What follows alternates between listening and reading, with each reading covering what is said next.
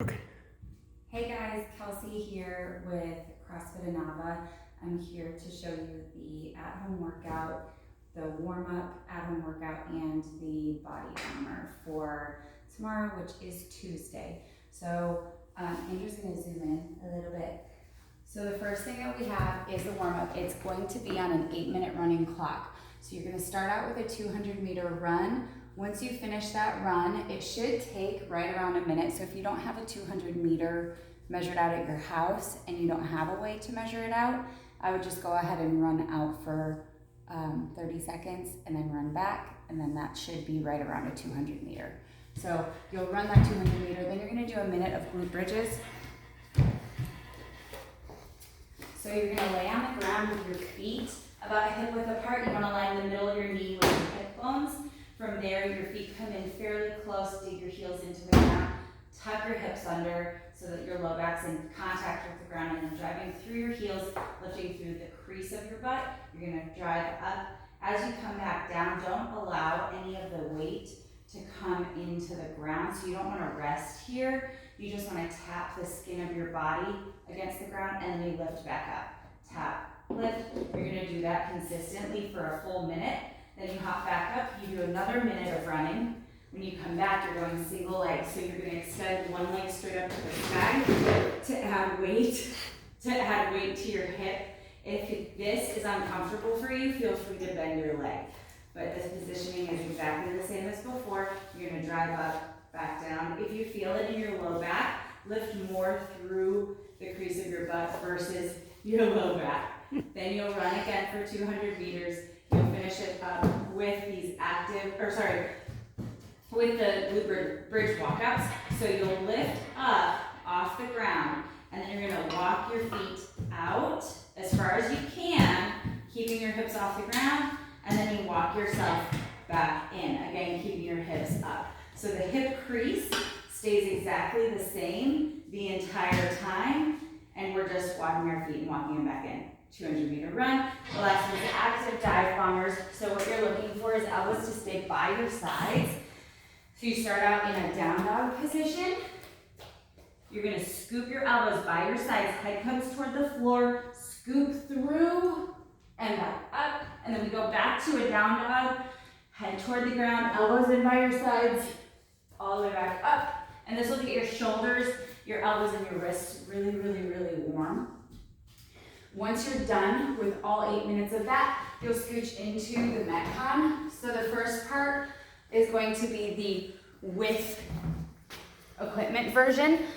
If you don't have a pull-up bar, but you do have something that you can lift like dumbbells or kettlebells, then you can feel free to mix and match the at-home versus the with equipment versus without equipment, just kind of like mess with it. So it'll start off with 20 strict pull-ups, then you're gonna run a 400. You're gonna do 40 double dumbbell power cleans, run an 800.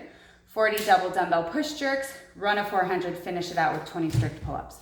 So what we are looking for in your strict pull-ups is you're gonna get up on your pull-up bar, your hands will be about shoulder width apart, maybe a little bit wider. When you pull, you're gonna try to pull your rib cage down toward your hips, shoulders down in your back pockets, and then your elbows come by your sides in a W shape, and they kind of scoop behind you. So you'll jump up, get yourself hollowed out, and then as you pull, elbows come in that W shape, and then you come right back down. Try to do them truly strict without the kip. If you don't have a strict pull-up, you can do a bar row, you can do a seated hanging assisted pull-up. You can do a foot assisted pull-up, you can do a jumping pull-up.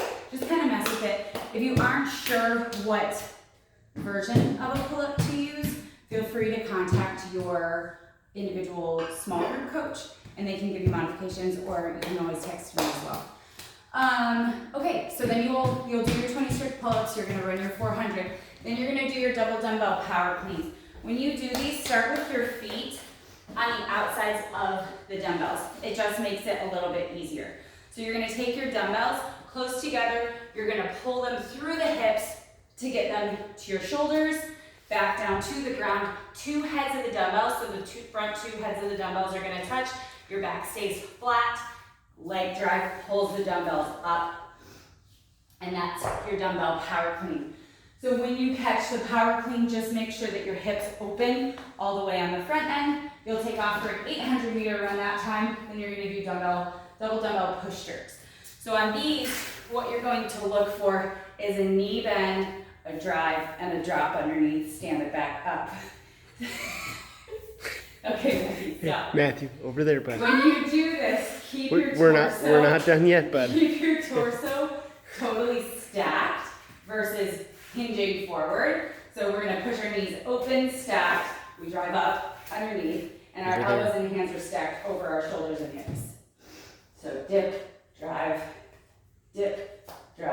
so on and so forth. You'll take off on your 400-meter run. You'll finish it out with 20 strict pull-ups. Now, if you don't have dumbbells, or if you have like a single dumbbell, you can also, or if you don't have a pull-up bar, you can also do the odd object version. So you will start out with 40 odd object rows. Take off for your run, then ground to shoulder, take off for your run, ground to overhead, run, and then the rows again. So the only difference with the pull-ups and the rows is just the part of your back that you're working. You're still working on pulling. You're still getting better at the overhead pulling position and the pull-up position. Can you go over there? Thank you. Matthew. Hey. Pull and go. Okay, so on your odd object row, pretend this is something that's random. All you're gonna do is get your feet about the width of a foot apart. From there, your knees go soft, your butt goes back, and you find your torso flat parallel to the ground. So this is your bent over rowing position. From here, you're going to pull your object to your chest, and then you come back down. As you pull to your chest, you want your back muscles to do the work. So your shoulder blades should come together, and then they relax back down. My elbows come together, and then they return back to the beginning. So that's your odd object row. Ground to shoulder. You're gonna take whatever thing you have, and you're going to take it literally from the ground, just like you would a clean, and you're going to put it on your shoulder.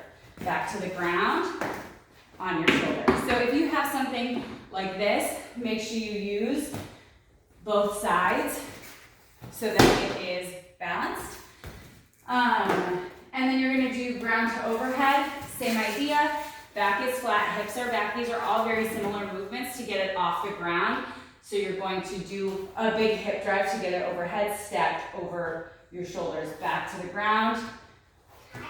So it's using your butt, using your hamstrings, using your midline to keep everything connected. And then you'll finish it off with that odd object row again. So say I didn't have something flat and I was using my ball, I would be here. But I'm still in that same bent over position. Now for your body armor, everybody can do this. You do not need any equipment for it. So what this will look like is it'll be two separate Tabatas, but they're back to back, they're glued together. So you're gonna start off with 20 seconds, sitting up. You can put your feet flat on the floor, you can go legs straight, you can butterfly them, whatever your preference is. You're gonna lay down on the ground overhead, and you're gonna sit up.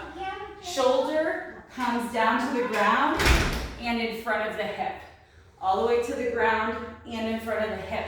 As you sit up, try to watch your belly. If it's puffing up, you're training the muscles to puff up. So try to think about pulling the muscles down so that you train them down and in, and then you can have that nice flat tummy. It's not just something that occurs. So you have to think about it. You'll do that for 20 seconds, and then for your 10 seconds, you're hollow holding. So I'm gonna go for 20 seconds sitting up as fast as I can, and then the 10-second pause, I hold. On this is the most advanced version. For me, this is too much because I feel pressure, like I wanna lift here, and my belly's starting to cone. So what I would do is lift my legs up and lift my hands forward. So the more you come up and forward, the less pressure it is on your low back and your midline. And the goal is to pull the abs down and in and to bury your kidneys into the ground. So you'll do 20 seconds of movements, 10 seconds of hold, and you'll do that for 8 rounds total, which is 4 minutes.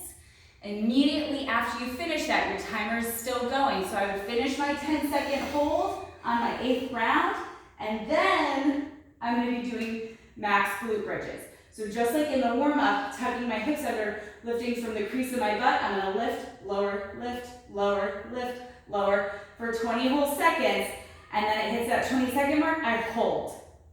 And I hold it for the 10 seconds. When the timer goes back, I go lift, lower, lift, lower, lift, lower. If that's too easy, go single leg, and you can make it a little bit harder. So it's up to you to make it harder or easier. Just be honest with yourself and where you're at, and make sure you guys log your results in Wodify. We'll talk to you guys soon.